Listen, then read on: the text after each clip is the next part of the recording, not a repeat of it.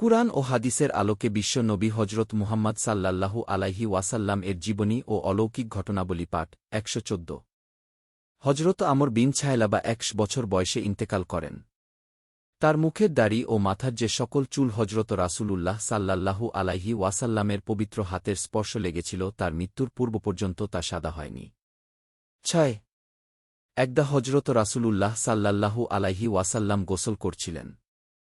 এমন সময় তার কন্যা হজরত জয়নব বিনতে উম্মে ছালমা রাদিয়াল্লাহু আনহু তার কাছে এলেন। তখন প্রিয়নবী রাসূলুল্লাহ সাল্লাল্লাহু আলাইহি ওয়াসাল্লাম আদর করে হজরত জয়নবের মুখে পানির ছিটা দিলেন। হজরত রাসূলুল্লাহ সাল্লাল্লাহু আলাইহি ওয়াসাল্লামের হস্ত মোবারকের ছিটার প্রভাবে বৃদ্ধ বয়সেও হজরত জয়নবের চেহারায় যৌবনদীপ্ত সৌন্দর্য ও লাবণ্যতা অক্ষয় ছিল।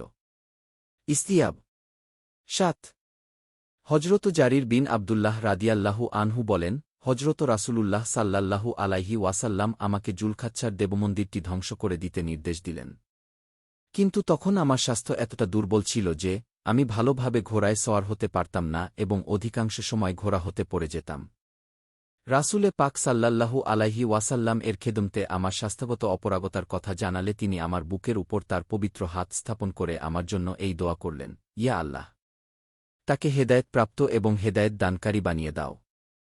হজরত জারির বলেন, অতঃপর আমি ১৫০ ঘোড়সওয়ার নিয়ে জুলখাচ্ছার দেবমন্দির জ্বালিয়ে দেই এবং জীবনে আর কখনো ঘোড়া হতে পড়ে যায়নি।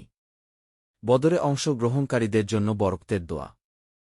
৮ হজরত আবদুল্লাহ বিন ওমর রাদিয়াল্লাহু আনহু কর্তৃক বর্ণিত, হজরত রাসূলুল্লাহ সাল্লাল্লাহু আলাইহি ওয়াসাল্লাম ৩১৩ জন সাহাবী নিয়ে যখন বদর অভিমুখে যাত্রা করলেন, তখন তিনি দোয়া করলেন, ইয়া আল্লাহ, এই লোকগুলোর দেহে কাপড় নেই, তুমি তাদেরকে কাপড় দান করো।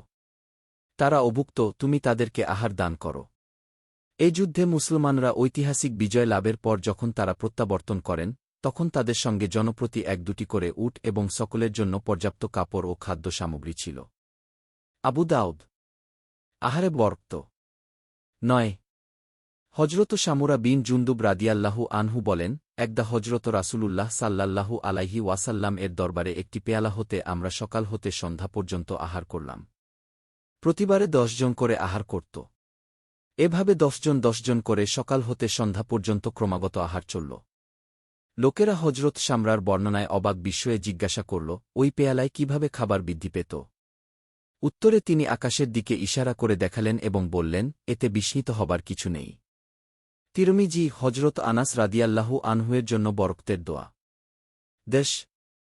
হজরত আনাস রাদিয়াল্লাহু আনহু বর্ণনা করেন, আমার মাতা হজরত রাসূলুল্লাহ সাল্লাল্লাহু আলাইহি ওয়াসাল্লামের খেদমতে আরজ করলেন, ইয়া রাসূলাল্লাহ, আপনার খাদেম আনাসের জন্য দোয়া করুন।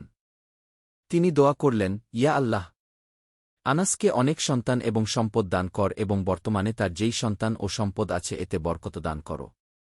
হজরত আনাস রাদিয়াল্লাহু আনহু বলেন, মহান আল্লাহর কসম, অতঃপর আমি প্রচুর সম্পদ ও সন্তান লাভ করেছি। আমার ছেলে মেয়ে ও তাদের আওলাদসহ সকলের সংখ্যা ছিল প্রায় ১০০-র কাছাকাছি। বুখারী। হজরত ইবনে জাওজি বর্ণনা করেন যে, রাসূলে পাক সাল্লাল্লাহু আলাইহি ওয়াসাল্লামের দোয়ায় হজরত আনাস রাদিয়াল্লাহু আনহু এমন বরকত লাভ করলেন যে, অপর সকলের বাগানে বছরে ফলন হতো একবার আর হজরত আনাস রাদিয়াল্লাহু আনহুয়ের বাগানে ফলন হতো দুবার। হজরত রাসূলুল্লাহ সাল্লাল্লাহু আলাইহি ওয়াসাল্লামের মুখের আহারে বরকত। ১১ আবু ইমামা হতে বর্ণিত আছে যে, একদা হজরত রাসূলুল্লাহ সাল্লাল্লাহু আলাইহি ওয়াসাল্লাম আহার করতেছিলেন। এমন সময় একটি বালিকা তার নিকট খাবার চাইল। হজরত রাসূলুল্লাহ সাল্লাল্লাহু আলাইহি ওয়াসাল্লাম বর্তন হতে খাবার উঠিয়ে দিতে চাইলে সে বলল, আমি আপনার মুখের খাবার চাচ্ছি। এবার তিনি পবিত্র মুখের ভিতর হতে সামান্য খাবার বের করে তাকে দিলে সে তা আহার করল। মদিনাতে ওই মেয়েটি বেহায়াই ও নির্লজ্জতায় প্রসিদ্ধ ছিল। কিন্তু হজরত রাসূলুল্লাহ সাল্লাল্লাহু আলাইহি ওয়াসাল্লামের পবিত্র মুখের খাবারের বরকতে পরবর্তীতে সে এতটা লজ্জাশীলা হয়ে গেল যে, এ বিষয়ে তার সাথে অপর কারও তুলনা চলত না। তাবরানী। হজরত আব্দুর রহমান বিন আউফ রাদিয়াল্লাহু আনহুয়ের সম্পদে বরকত। ১২ হজরত আব্দুর রহমান বিন আউফ রাদিয়াল্লাহু আনহু বলেন, আমি যখন কোনো পাথর উঠাতাম তখন হজরত রাসূলুল্লাহ সাল্লাল্লাহু আলাইহি ওয়াসাল্লামের বরকতে এ আশা পোষণ করতাম যে, তার তলদেশ হতে স্বর্ণবাহির হবে। হজরত আব্দুর রহমান বিন আউফ রাদিয়াল্লাহু আনহু হজরত ওসমান রাদিয়াল্লাহু আনহুয়ের খেলাফতকালে ইন্তেকাল করেন। ওই সময় তার ঘরে এত স্বর্ণ ছিল যে কুড়াল দিয়ে কেটে কেটে তা ওয়ারিশদের মধ্যে বণ্টন করা হয়েছিল। স্বর্ণের পরিমাণ এত বিপুল ছিল যে ব্যক্তি কুড়াল চালিয়েছিল সে কিছুক্ষণ পরেই ক্লান্ত হয়ে যেত। হজরত আব্দুর রহমান বিন আউফ ৫০,০০০ দিনার আল্লাহ রাস্তায় দান করার অসিয়ত করে যান। ইন্তকালের পূর্বে ৪ লক্ষ মুদ্রা মূল্যমানের একটি বাগান আজওয়াজে মোতাহহারাতকে দান করে গিয়েছিলেন। লক্ষ লক্ষ মুদ্রা সাদকাহ খয়রাতও করে গিয়েছিলেন। এসবই তিনি হজরত রাসূলুল্লাহ সাল্লাল্লাহু আলাইহি ওয়াসাল্লাম এর দোয়ার বরকতে লাভ করেছিলেন। বাইহাকী। সামান্য আহারে বরকত ও কাফিরদের ইসলাম গ্রহণ। ১৩ হজরত আবু আয়ুব আনসারী রাদিয়াল্লাহু আনহু হতে বর্ণিত আছে যে তিনি হজরত রাসূলুল্লাহ সাল্লাল্লাহু আলাইহি ওয়াসাল্লাম এবং হজরত আবু বকর রাদিয়াল্লাহু আনহুয়ের জন্য খাবার প্রস্তুত করলেন। কিন্তু যথাসময় হজরত রাসূলুল্লাহ সাল্লাল্লাহু আলাইহি ওয়াসাল্লাম তাকে বললেন, বড় বড় দেখে ৩০ জন আনসারীকে দাওয়াত কর। হজরত রাসূলুল্লাহ সাল্লাল্লাহু আলাইহি ওয়াসাল্লামের হুকুম অনুযায়ী ৩০ জন আনসারী এসে খেয়ে গেল।